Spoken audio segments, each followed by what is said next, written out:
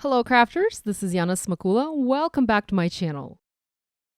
Today I have several Asian-inspired greeting cards to share using March 2020, my monthly hero kit from Hero Arts, as well as some of the add-on products. Hero kits are my favorite stamping kits on the market, and I've really missed playing with these products during the past few months.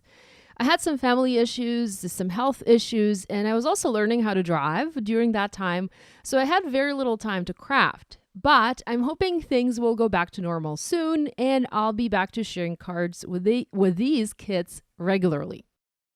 I've started making my first card by adding washi tape to about 1/4 inch on each edge of a 4 1/4 by 5.5 inch panel that was cut from Hero Arts Mist cardstock. I've placed the panel inside my MISTI tool, and the tape now serves double duty. It masks 1/4 inch off each side of the panel, and it also tapes the panel to the MISTI so that the paper stays in place. I'm going to heat emboss a gorgeous new Waves and Clouds bold prints background from Hero Arts on this panel in detail white embossing powder. To do this, I've placed the stamp over the panel. I closed the door of my MISTI to pick it up. I treated the paper with anti-static powder to eliminate any static or grease that might have ended up on the panel from my fingers, and then I inked up the stamp using Hero Arts embossing and watermark ink. I'm stamping the image several times on my panel. I'm re-inking it each time to make sure I have the perfect impression on my paper. And once that is done, I'm going to remove the panel from the MISTI, cover it with detail white embossing powder, and heat set it. I decided to use detail embossing powder here and not regular, as this image is pretty detailed, and I was a little bit afraid that had I used regular embossing powder, the beautiful detail on the clouds would have been lost. Next, I carefully removed the tape. This is a very important step and one that has to be done before heat setting the powder. If you heat set the powder and then remove the tape, you run the risk of having embossing powder build up right next to the edge of the tape where that sticky is and messing up your background. And I've had that happen. So it is best to first remove the tape from the paper and then heat set everything in place using your heat tool. Remember to get the heat tool good and hot before bringing it to the paper to melt the powder, as this will minimize warping on your paper. Next, I did some stamping using images from the main kit for March 2020. I stamped the tree trunk in Hero Arts soft brown to Cup of Joe ombre ink on white paper, and then I cut the image out using a coordinating die. For solid images like these, I always love to use my ombre inks as they add a lot of additional interest and detail to the image. Asian culture has a lot of red, so I knew I wanted to add some red to my card to emphasize that. I decided to stamp the tree crown on red cardstock in red ink for a tone-on-tone look. I did try stamping it in red ink on white paper, but the effect wasn't quite as striking, so I ended up using just the detail layer from the layering image, stamping it in red royal ink on cranberry cardstock, and cutting it out with a coordinating die. I trimmed my panel down to about 4 by 5 1/4 inches and foam mounted it on gold cardstock, and then foam mounted both panels onto an A2 white side folding card base.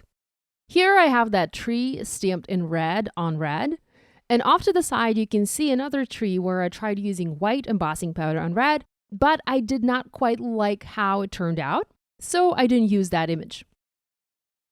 I die cut circles from Hero Arts Dove white cardstock and also another slightly larger circle from gold. This is Fun Stamper's Journey brush gold cardstock.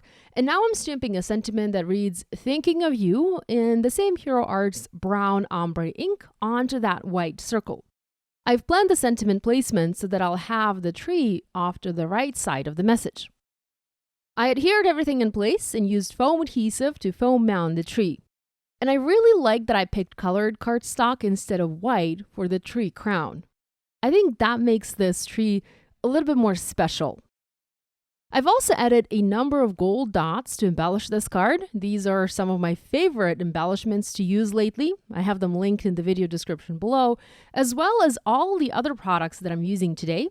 And finally, I decided I wanted to color some of the waves on this background white to help them stand out a bit more. I went ahead and used my Jane Davenport Storytime paint pen, the smaller one, and colored the clouds.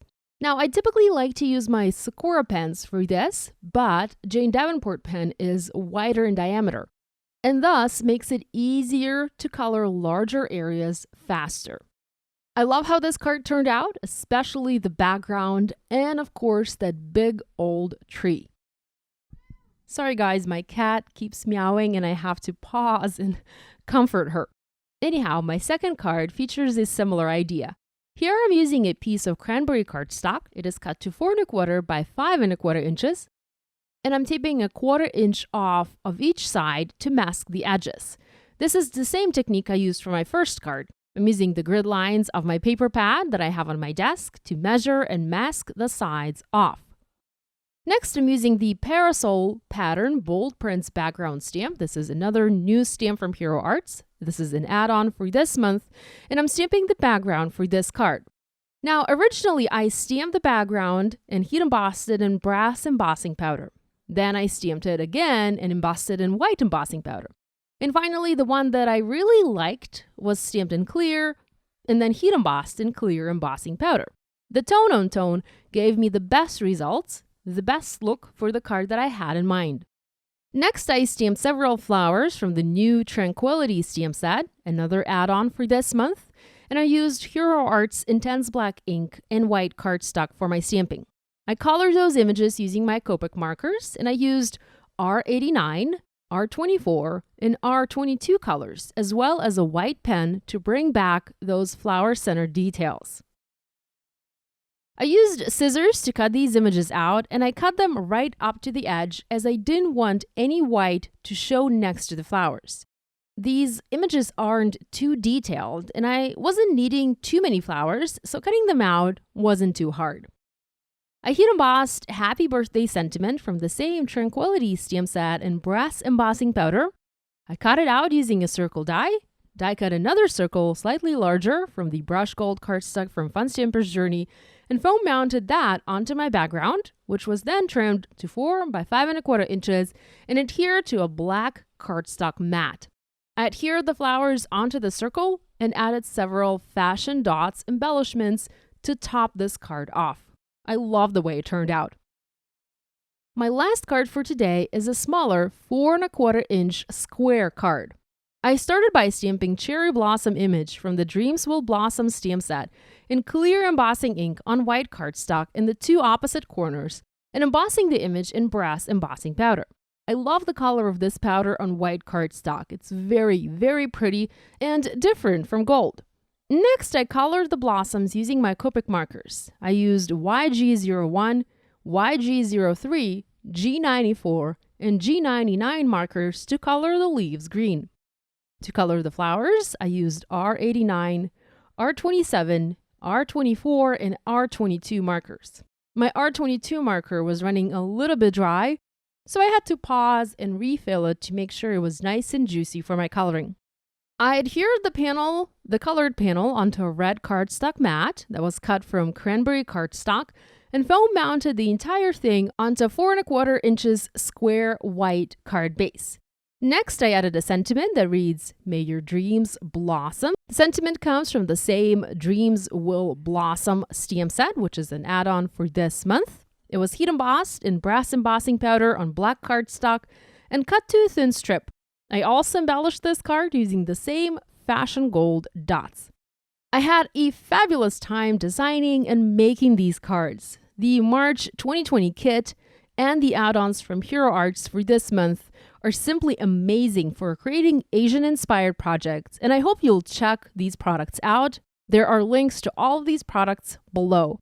I hope you enjoyed this video, and I hope you'll give these cards ideas a try. If you do, please share and tag me. I always love seeing what you guys are making. If you're new here, do subscribe and hit that bell icon to be notified about every new upload. Love you guys, and I'll see you next week.